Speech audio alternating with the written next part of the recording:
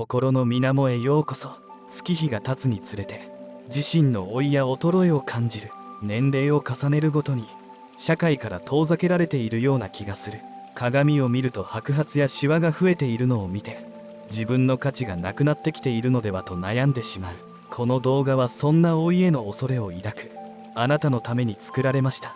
仏教では生老病死という言葉があるように、老いとは私たちが抱える大きな苦しみの一つとされています。悟りを開く前のブッダ、若き頃の名をゴータマ・シッタールタと呼びますが、彼は自分もまた老いて老人となり死にゆくという定めに直面し、修行の道を歩み始めます。そのブッダが悟った仏教の教えは、私たちの老いの苦しみを手放すためのヒントを与えてくれます。今回の動画ではある物語をもとにブッダの教えを分かりやすくご紹介いたします。ぜひお茶でも飲みながらリラックスして仏教の世界に触れてみてください。古代インドの小さな村に中年の女性ディアがいました。彼女はかつて村で最も美しいと称えられ、多くの男性から求婚されるようなそんな存在でした。しかし皆等しく年を重ねるものです。時の流れとともに彼女の若さも次第に失われ、髪には白髪が混じり、顔にはシワが刻まれ、手にも年月を感じさせる斑点が現れ始めました。ディアは若くして結婚した夫を戦によって亡くしており、今では独り身の暮らしです。年を重ねるにつれて自分の価値が劣化していき、誰からも相手にされていないと感じるようになりました。毎朝鏡に映る自分の姿を見てはただため息をつく日々を過ごしています。そんなある日、ディアは村人たちからある僧侶の噂話を耳にします。村の外れには高い山がそびえ立っていました。何でもその山の奥深くにある僧侶が住んでいるというのです。その僧侶は若い頃家を出て長い間修行に励んでいたとされ、悟りを開き心の平安と内面の美を求める教えを説いていると噂されていました。ある者はそんな僧侶に会いに山へ登り、その寺院にて仏法を授けられ、長い苦難から脱することができたとのこと。ディアは半信半疑ではありましたが、もしそのような人物がいるのであれば一度会って自らの悩みを打ち明けてみたいと考えるようになりました。彼女がそう考えていた矢先、ある日市場でその僧侶が山から降りて村の人々に教えを説くという話を聞きました。その話を聞いてディアの心に小さな光が灯りました。彼女はまさに藁にもすがるような思いで、自分の苦しみから解放される術をその僧侶に尋ねてみようと決意したのです。そうしてディアは僧侶が山を降りると言われていた日、朝早くから身なりを整え、村の中心にある市場へと足を運びました。人々が集まる場所を目指します。市場は色とりどりの布や香辛料の香りでにぎわっていましたが、ディアの心は僧侶に会うことでいっぱいでした。市場の一角に人だかりができているのを見つけ、ディアはそちらへと進みました。人々の間を縫って前へと進むと、そこには一人の僧侶が立っていました。彼は穏やかな声でブッダの物語を語っていました。僧侶はちょうどブッダが悟りを開いた際の出来事について話していました。それは梵天感情と呼ばれる物語です。ブッダが悟りを開いた後、彼はその偉大な知見を他人と分かち合うべきかどうか躊躇していました。彼はこの世の苦しみの深さとその苦しみから解放される道の微妙さを考え、その教えを理解し受け入れることができる者がいるのだろうかと考えたのです。そんな時、梵天が現れ、ブッダに世の中にはさまざまな精神性の人々がおり、その中には教えを聞き理解しそれに従うことができる者もいると説きました。梵天はブッダに彼の教えが必要とされている人々に向けて説法するよう勧めたのです。それを受けてブッダは、耳ある者どもに甘露の門は開かれた。斧が信仰を捨てよと語りました。これは真実の教えを求める者には不死が与えられること、そして信仰やあまたの名門にとらわれることなく自らの心と真実を求めることの重要性を示しています。注意点なのですが、ここでブッダが言われている不死というのは肉体的な不死ではありません。真理を知ることで精神的に死を克服することを指して不死とブッダは語っているのです。そして己が信仰を捨てよとは苦しみを生み出すあらゆる誤った思い込みを捨てなさいということです。そのように語る僧侶の声は多くの観衆に包まれながら、まるでそれを意にしていないかのように穏やかに辺りに響いていました。ディアはこの物語に心を動かされ、ブッダの教えによって自分のこの苦しみも手放せるのではないかと感じました。ディアが僧侶の話に聞き入っているうちに空は徐々に暗くなり、周囲には小さな雨粒が落ち始めました。最初はパラパラと降る雨でしたが、やがてその勢いは強まり本格的な雨へと変わっていきました。集まっていた人々は次第に散り始め、一人また一人と離れていきます。やがてディアと僧侶だけがその場に残りました。彼は雨に濡れながらも動じることなくただ座って静かに彼女の方を見ていました。周りの喧騒が雨に洗い流される中、二人の間には特別な静寂が流れました。雨が強く降り続く中、ディアは僧侶を自宅へと招くことにしました。この雨もしばらく続きそうです。よければ私の家にいらしてください。何もない家ですが雨風はしのげますから。ディアがそう言って微笑みかけると、僧侶は静かにうなずいて彼女の後に続きました。彼女の家は村の中心から少し離れた静かな場所にあり、その部屋は温かみのある雰囲気が漂っていました。家に着くとディアはすぐに暖炉に火をくべ、部屋を暖かくし始めました。火が燃え上がり、部屋が暖かくなるとディアはキッチンに向かい、2人のために温かいスープを用意し始めました。彼女は丁寧に野菜を切り、スープに香り高いハーブとスパイスを加えました。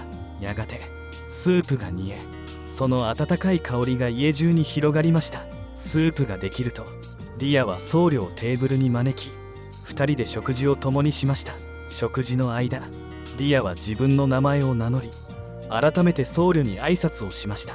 聖なる方よ、もしよろしければあなたのお名前をお聞かせ願えないでしょうか。私は聖なるものではありません。ただの一介の僧侶です。なおアーヤノと申します。僧侶アーヤノはそのように答えると合唱を添えて静かに頭を下げました。温かいおもてなし感謝いたします。もう長い間内面の平和と悟りを求めて修行を続けてきました。ディアさん、あなたも何か胸の内に手放したい苦悩を抱えているとお見受けします。ディアは胸の内を見透かされたように感じて少し驚きました。見抜かれてしまいましたね。実はここのところずっとなんだか心が晴れなくて、今日だってもしかしたらと思ってあなたの話を聞きに市場まで行ったんです。アーヤノは優しく微笑み答えました。そんなに驚くことはありません。私には人の心は読めませんが、そもそも苦しみを抱えていない人などいないのですから。それにしてもそのようにして行動することは苦しみを手放す大きな一歩なのは間違いありません。先ほどの話でもありましたでしょう。耳ある者どもに甘露の門は開かれたというブッダの言葉を覚えていますか。どうやらあなたには教えを聞くための準備ができているようです。アーヤノの語り口は穏やかで深く響き渡るようで、ディアは自分の心が素直に開かれていくのを感じました。暖炉の温かさとスープのぬくもりも2人の心を温め、新たな絆を育んでいくようです。私は老いへの恐れに長い間苛まれてきました。自分で言うのもお恥ずかしい話ですが、若い頃は多くの人に注目され、美しさが私の価値だと思っていました。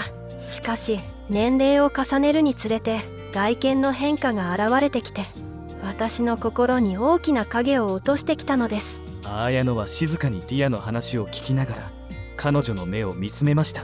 ディアさん、老いは自然な過程です。私たちの体は変わりますが、それによって価値が減じるわけではありません。本当の価値は私たちの行動、思いやり、そして内面の平和にあります。ディアはアーヤノの言葉に不思議な説得力を感じました。しかし社会は常に若さと美しさを求めます。その中で自分の価値を見出すのは難しいです。なんだか自分が誰からも必要とされていないように感じるのです。社会の期待は常に変わりますが、心の中にある真実は変わりません。アーヤノは言いました。美しさや価値の基準は文化や時代、個人の視点によって大きく異なります。多くの社会では外見的な特徴や若さを美しさの基準としていますが、これは一時的で変わりやすいものです。つまりそれは真理ではありません。真の美しさはそれらとは全く別の基準によって決まるものです。そしてそのための資質が求められます。誰にでも簡単に得られるものではない。その資質に本当の価値があります。彼はさらに続けました。価値についても同様です。価値は社会的な規範や成功の指標によって定義されることが多いですが、ブッダの教えによれば人間の真の価値はその人が持つ内なる平和、他者への慈悲、そして自己を超えた意識によって決まるものです。真の勝者とはそのようにして斧が信仰とあまたの名門を捨て去ったものだけを指すのです。リアはアーヤノの言葉に深く考え込みました。彼女は長年外見的な美しさに価値を見出してきましたが、アーヤノの言葉は新たな視点をもたらしました。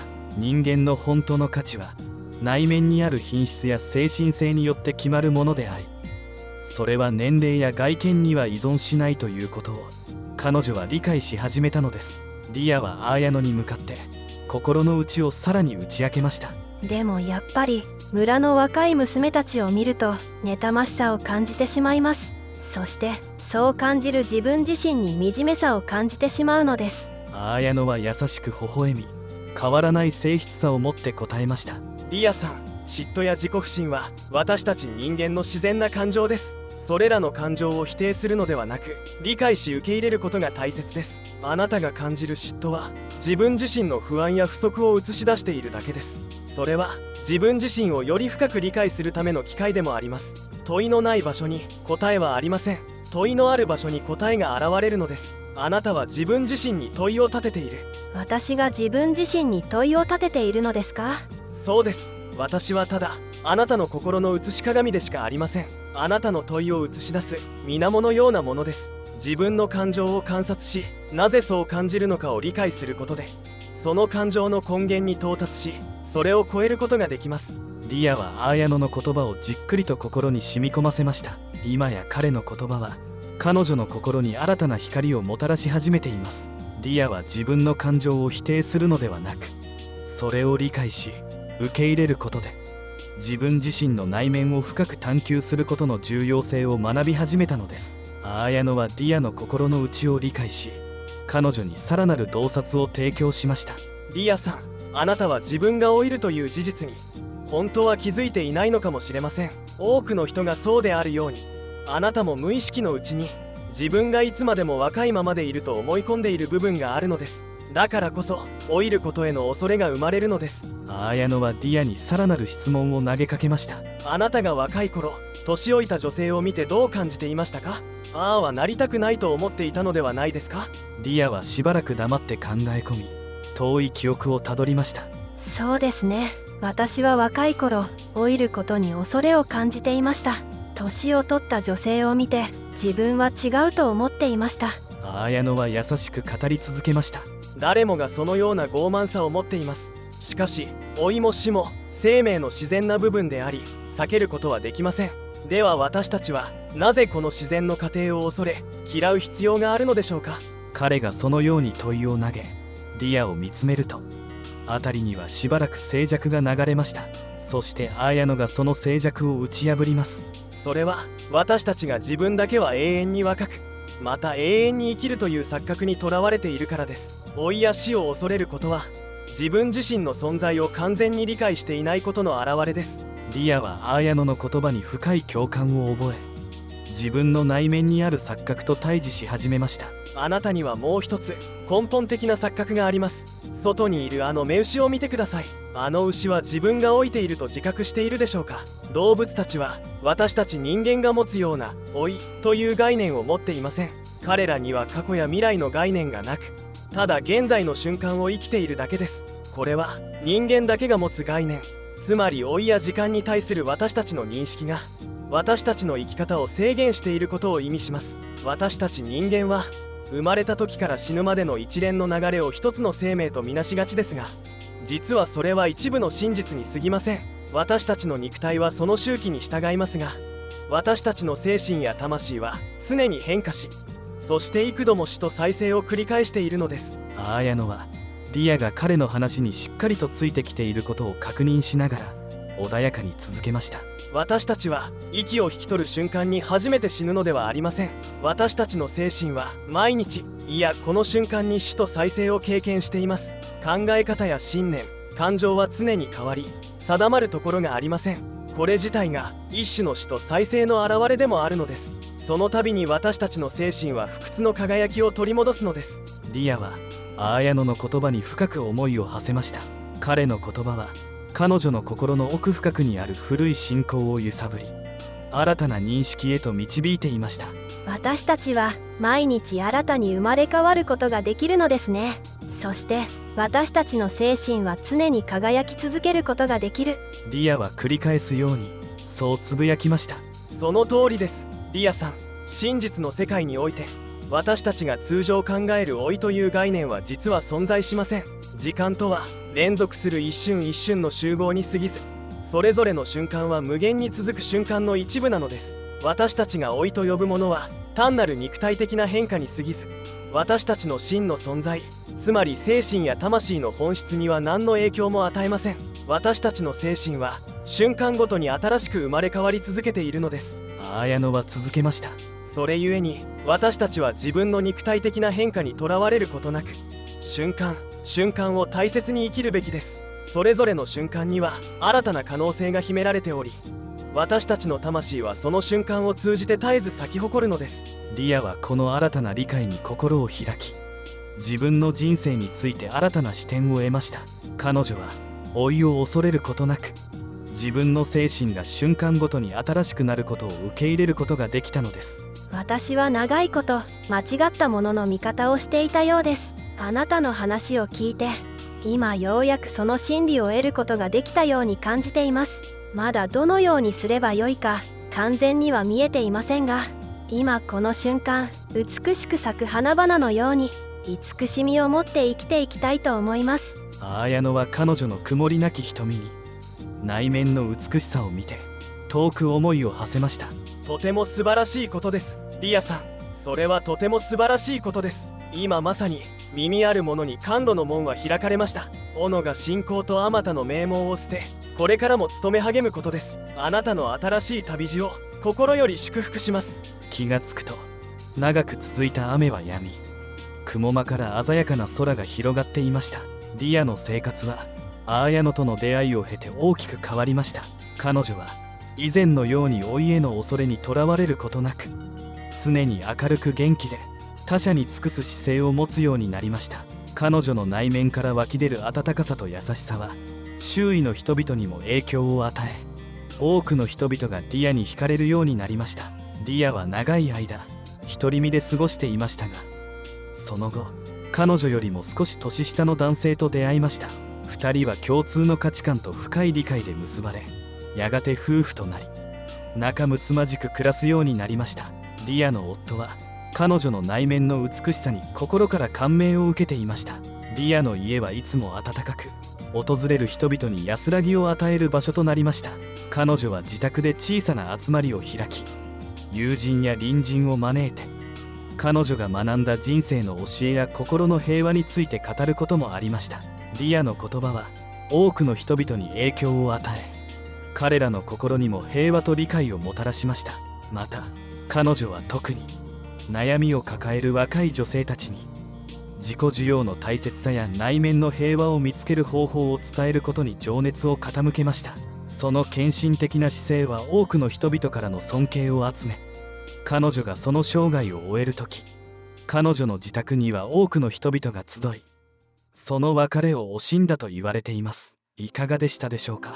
この物語を聞いて今あなたはどのような思いを抱いているでしょうか。自分は永遠に老いることもなく永遠に死ぬこともないと思い込んでいる、そう指摘する綾乃の言葉を聞いてハッとしたでしょうか。そんなことはないと拒否感を感じたでしょうか。史上で綾乃が語った梵天感情のエピソードは仏教ではとても有名な話で、悟りを開いたブッダがあまりに絶妙なこの悟りを他の人に理解してもらうのは難しいのではと逡巡するという内容です。とても面白いエピソードですよね。そんなブッダの前に梵天という神様が現れて、蓮の花に白、赤、青の花があるように人の中にも受け入れてくれる人がいるかもしれません。そんな人の悟りの目も摘み取ってしまうことになるのではないでしょうか。